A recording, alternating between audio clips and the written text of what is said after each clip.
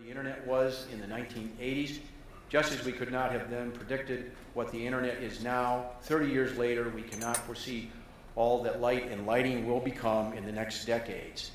We know simply that it will be wondrous and beautiful.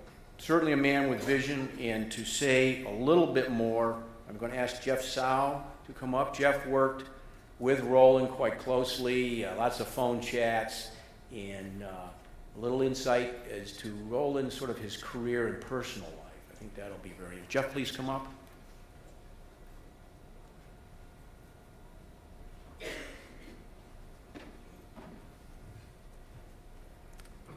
Thanks, Jim. It's a great honor and pleasure to be able to say a few words about Roland. To me, Roland was a mentor, colleague, and friend. To our field of solid-state lighting, of course, Roland was a visionary and pioneer. Let's see. Okay, here I've juxtaposed a handful of highlights from his career above the famous exponential cost per lumen and flux per lamp trends that have come to be known as Heitz's law. Actually, as I was listing these highlights, they almost seemed to me to have the feeling of inevitability, that this unique guy always had sort of just the right capabilities and history to make the contributions he made at a given point in time. Of course, that's a tautology, since if he hadn't had the right capabilities, he couldn't have made those contributions. But humor me, I think you'll kind of see what I mean. Roland was born and raised in Germany. For graduate school, he moved to the US, where he was fortunate to work under the famous William Shockley. Roland has always, I think, had a predisposition for engineering. But from Shockley, I think he learned to think like a physicist more about engineering, sort of more deeply and from first principles. And from Shockley, interestingly, he also got an exposure to power electronics, which, of course, would benefit him later. After a brief stint at Texas Instruments, he joined HP, and right away he moved into optoelectronics, where he did pioneering work on optocouplers, as well as on the 7-segment LED displays that played a big role in the success of HP's handheld calculators. I bet most of you have actually never used an HP handheld calculator. Arguably, those calculators, though, were the earliest forerunners of today's smartphones. And the importance of LED displays to those calculators is sort of eerily similar to the importance of LED displays to today's smartphones. At HP, Roland had a long and rich career. Under his watch, HP became an industry powerhouse in optoelectronics. And he did this both at an intellectual and a people level. At an intellectual level, for example, one especially important transition that he envisioned and drove was the one in the 1980s from LEDs to power LEDs, a transition that I suspect was sparked by his earlier exposure to power electronics, and a transition that, of course, ultimately paved the way to illumination class LEDs for solid-state lighting. At a people level, this may actually have been his more important contribution. He was a master recruiter.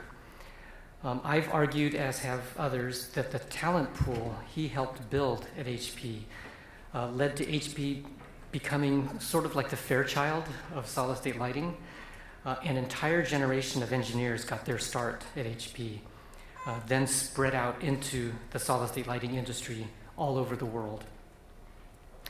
And all of this seemed to come magically together in the late 1990s, after Akasaki, Amano, and Nakamura's work on the blue LED, when Roland came to appreciate that power LEDs might be on the brink not just of another product line for HP, but of an entirely new industry. And the rest is history: the 1995 creation of LumiLEDs, the 1999 white paper that helped launch massive worldwide R&D investment in solid-state lighting. After more than 30 years at HP, Roland did finally retire, though he continued to stay in close touch with the SSL community. Indeed, in 2011, he joined a startup company, QuarkStar, where he worked, among other things, on asymmetric light valves, a new way of thinking about very high extraction efficiency light engines. And in the very last month of his life, He was hard at work helping a few of us write an expert opinion for a special issue of Annalen der Physik that would contain the Akasaki Amano and Nakamura Blue LED Nobel Prize lectures. Roland was one of a kind, absolutely, and in my mind in two very different ways. The first way is the degree to which Roland was a consummate engineer, not just in the usual problem-solving sense, though he was a great problem solver. He was a consummate engineer because, in my mind, he was three kinds of engineer lumped into one. He was a historian's engineer, mindful of technological history, as was evident in the data that he painstakingly gathered and that ultimately led to Heitz's law. He was a physicist's engineer. He knew when something was fundamental and when something wasn't, and there was nothing fundamental about the low efficiencies that at the time characterized blue LEDs. Indeed, he was keenly aware of two existence proofs for very high light emitter efficiency, one being the 45% efficient truncated pyramid red LED from HP, another being the 50% efficient infrared vertical cavity surface emitting laser from Sandia. And he used those existence proofs to shape his vision of the future of solid-state lighting. He was a businessman's engineer. He knew, I think earlier than anybody else, that most of the investment return to increasing lamp efficiency would not go to lamp manufacturers, because the cost of a lamp, for traditional lighting anyway, the cost of a lamp is much lower than the cost of electricity over the lifetime of a lamp. So R&D investment for higher efficiency couldn't just come from industry, it had to be augmented by government. Hence the title of the white paper, The Case for a National Research Program on Semiconductor Lighting. The second way in which Roland was one of a kind in my mind was in his character as a human being. First and foremost, Roland was always after truth. He wasn't fussy about how it came. Data, deep analytical thinking, unimpeachably credible sources, any of these were fine, but his bar for truth was very high. As those who have interacted directly with him can attest, Roland was not shy to interrogate, to criticize, to counter-argue, until his very high bar was met. Conversations with Roland, again, as those of you who have interacted directly with him can attest, were rarely feel-good exercises. They were intended to reveal truth. Second, Roland was courageous. Sometimes the truth leads you to conclusions that are difficult to believe on the face of it, and then it takes courage to follow those truths. Sometimes people call that kind of follow-through vision, and certainly the outcome can be visionary, but more than anything else, I think it represents courage. Roland did have critics. It was easy at the time for some to view his call for a national research program as simply a ploy to get government funding.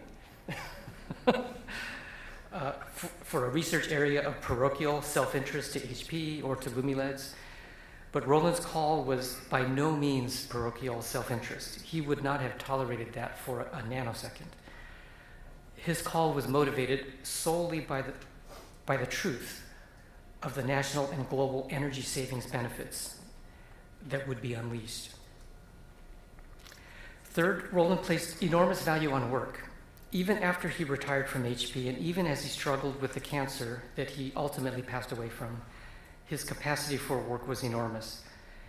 During the 4 months before he passed away, he spent much effort, despite severe pain, co-authoring the Annalen der Physik paper that I mentioned earlier. Many times during those 4 months, I thought to relieve him of some of that work, but each time he dug in. And his contribution, which was to place SSL in the context of the vast backdrop of semiconductor science and technology that he himself had lived and breathed, was, in my opinion, essential to that paper. For many, work is the means someday to not work. For Roland, work was the means to give life purpose. Let me close by mentioning something that I think we all know. No human being works in a vacuum. At times in our lives, we are bright-eyed and bushy-tailed like the young Roland on the left, just before he started growing his beard that he would keep for the rest of his life. At times in our lives, we are serious and thoughtful, like the older Roland on the right. But we cannot have the kind of enduring and productive career that Roland had without emotional support, and that was provided in spades by his wife, Bente. So let me close by paying tribute to both of them. Roland for the visionary role he played in solid-state lighting, and Bente who enabled him to play that role.